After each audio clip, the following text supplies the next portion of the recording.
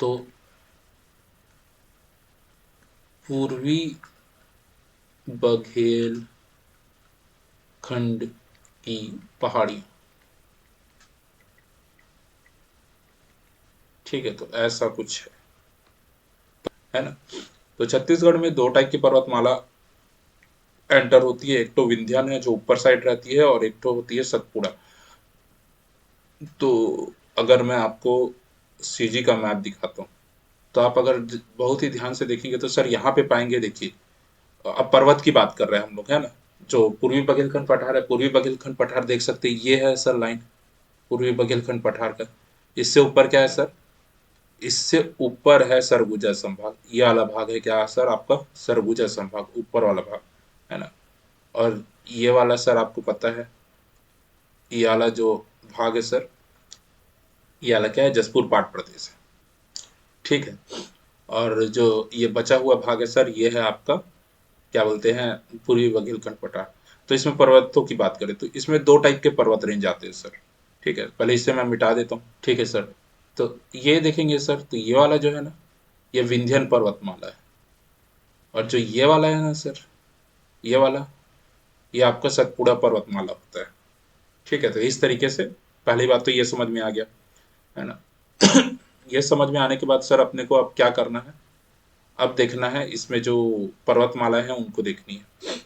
तो इस तरीके से बघेलखंड की बात करें तो बघेलखंड में दो टाइप की पर्वतमालाएं आती है सर। फर्स्ट आता है आपका अ, विंध्यन पर्वतमाला, विंध्यन पर्वतमाला श्रेणी, ठीक है, फर्स्ट। और सेकंड आता है सर आपका सतपुड़ा पर्वतमाला श्रेणी, सतपुड़ा पर्वतमाला श्रेणी, ठीक है। तो आपको समझ में आ गया होगा, सतपुड़ा जो इस टाइप से था वो था, विंध्यन इस टाइप से था वो था। ये होने के बाद अब हम लोगों को क्या करना है, जो इसमें इंपॉर्टेंट पहाड़ियां हैं उन सारी पहाड़ियों को पढ़ना है अपने को, ठीक है। तो चलिए इंपॉर्टेंट पहाड़ियां उनको पढ़ लेते हैं। सबसे शुरू पढ़ लेते हैं सर हम लोग अ, रामगिरी या रामगढ़ की पहाड़ी, या इसी को ही बोलते हैं रामगिरी की पहाड़ी, ठीक है। तो अभी हम लोग क्या पहाड़ियों को पढ़ रहे हैं, तो सबसे शुरू पढ़ लेते हैं सर, ये इधर से मैं चालू करता हूँ। सबसे शुरू है सर रामगिरी की पहाड़ी, ये इसी के अंदर ही पढ़ रहे हैं हम लोग, ठीक है। कलर थोड़ा सा लाइट किया जाए। तो इधर है सर रामगिरी की पहाड़ी, रामगिरी की पहाड़ी। तो जो रामगिरी की पहाड़ी है सर, वो किस में आता है? तो वो सतपुड़ा पर्वतमाला के रेंज पे आता है, मतलब सर सतपुड़ा पर्वतमाला मैं इसमें बना देता हूँ। सतपुड़ा पर्वतमाला कुछ इस तरीके से ऐसे करके गया था और इधर गया था। और जो विंध्यन पर्वतमाला है वो इस तरीके से ऐसे आया, ठीक है।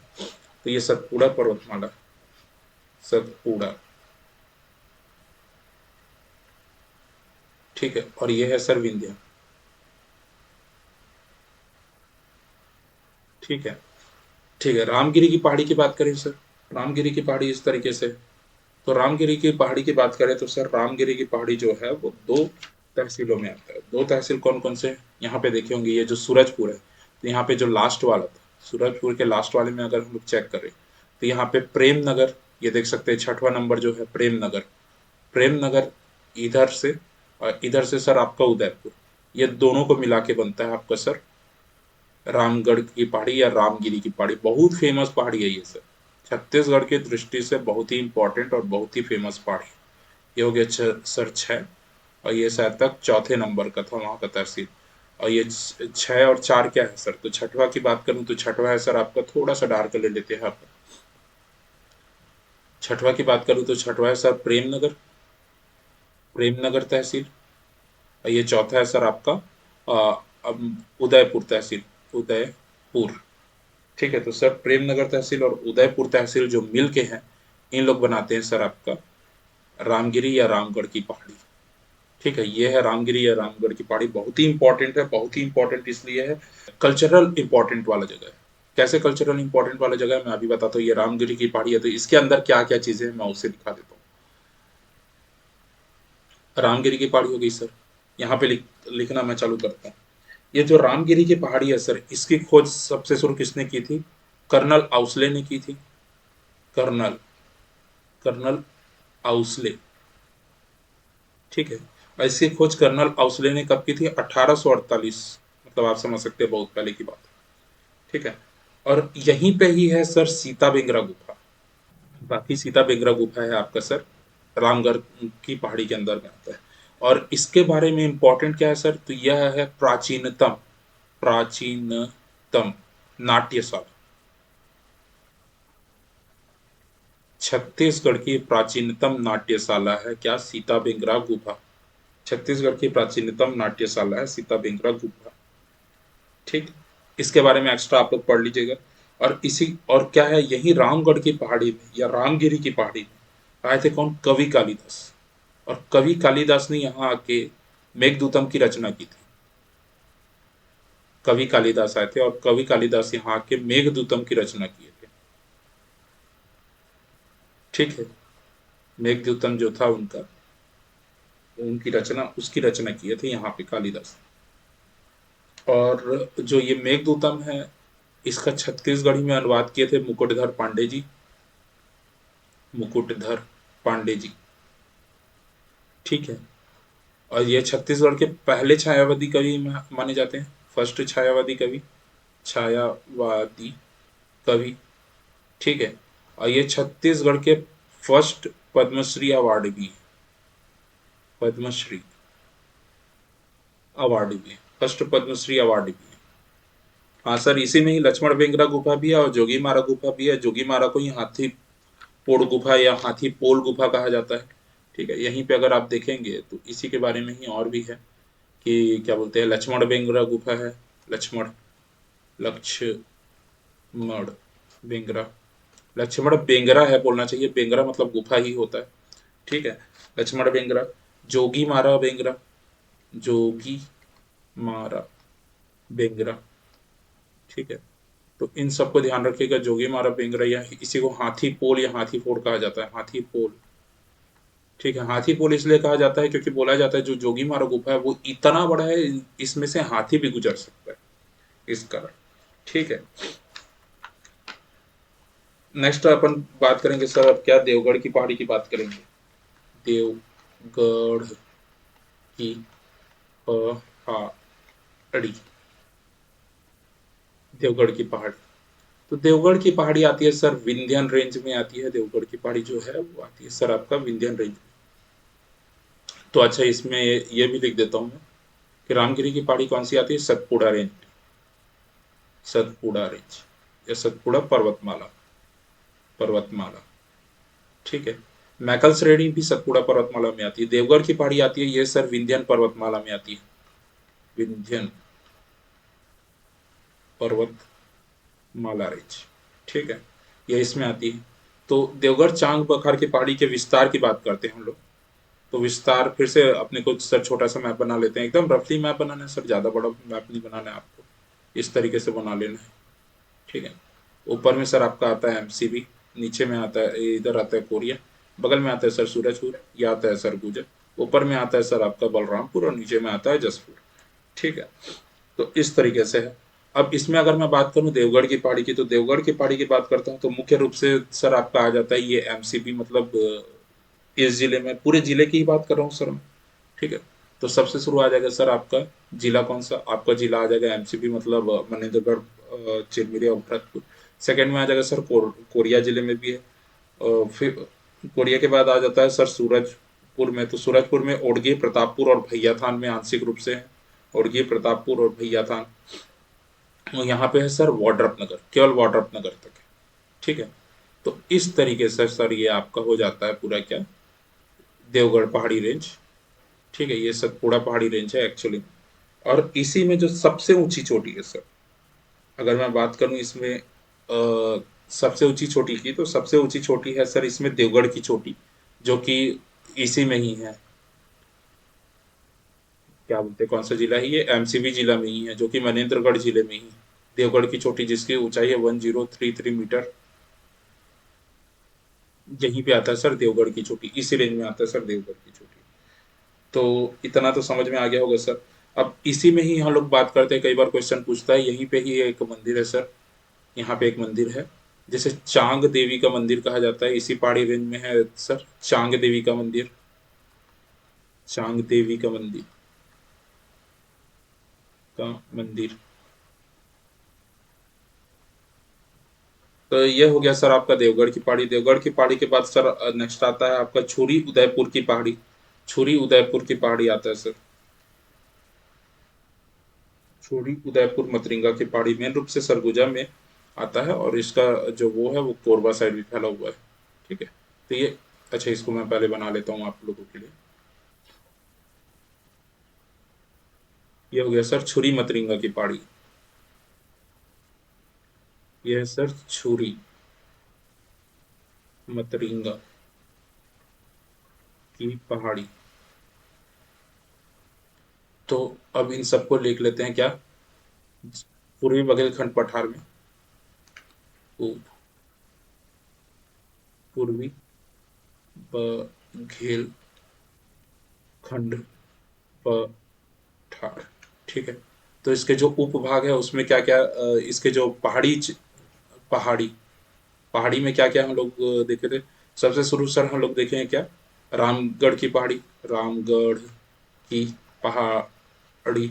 इसी को हम लोग क्या कह रहे थे, रामगिरी की पहाड़ी कह रहे थे। शुरू क्या था सर, रामगढ़ की पहाड़ी था फर्स्ट। फर्स्ट के बाद सेकंड में हमने क्या देखा था सर, सेकंड में हमने देखा था रामगढ़ की पहाड़ी के बाद सर हमने सेकंड में देखा था देवगढ़ चांग बखार की पहाड़ी। देवगढ़ चांग बखार की पहाड़ी। थर्ड में हमने देखा था सर किसको, छुरी उदयपुर की पहाड़ी। छुरी उदयपुर की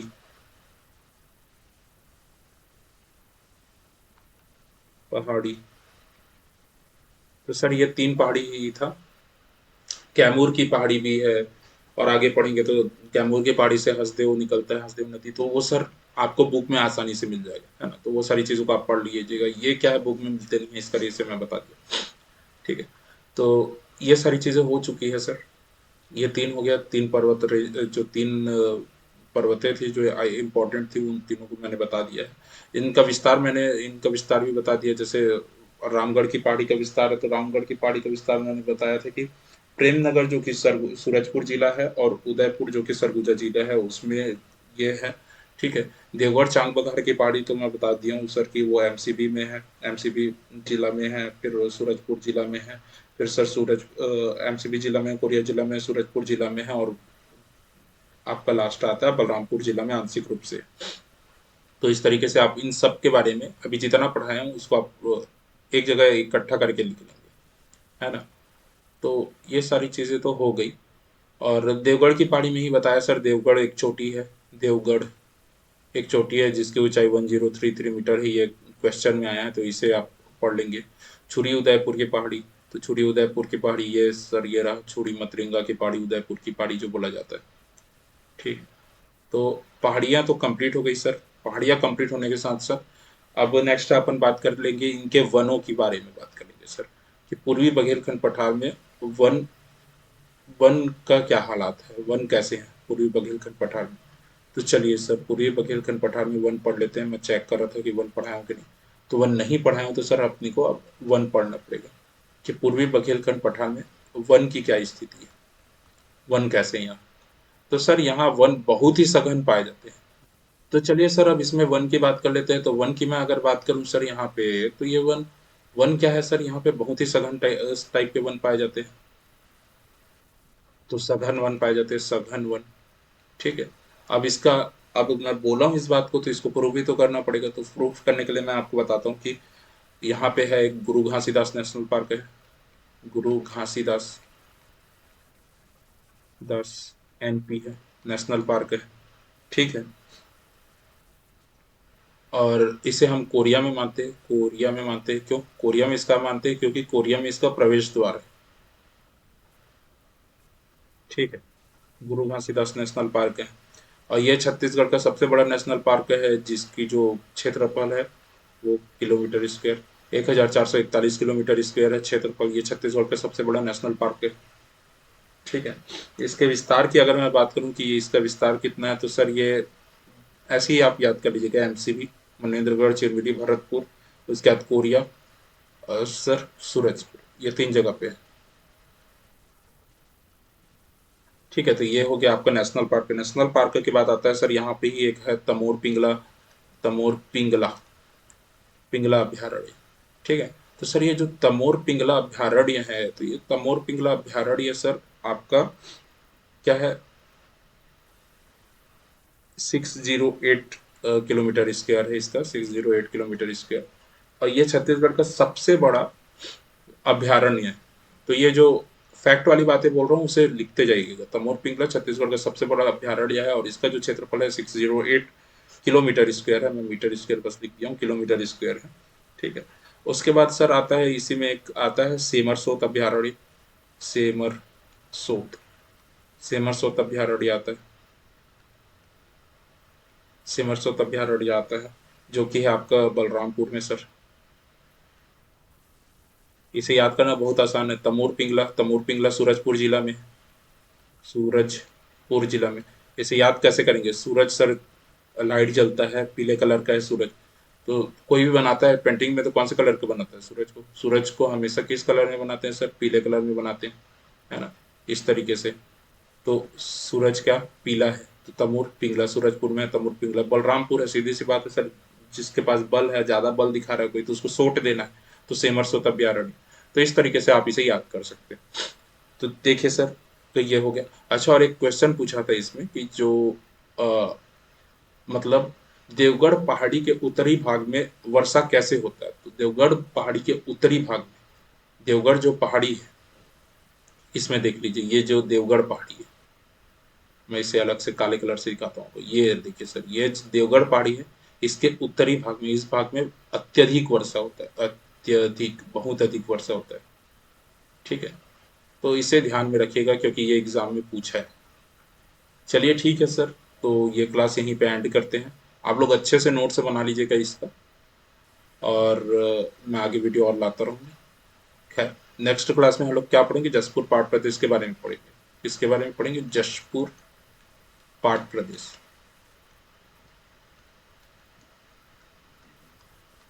ठीक, नेक्स्ट क्लास में हम ये पढ़ेंगे। तो चलिए आज की क्लास यहीं रैप अप करते हैं। धन्यवाद।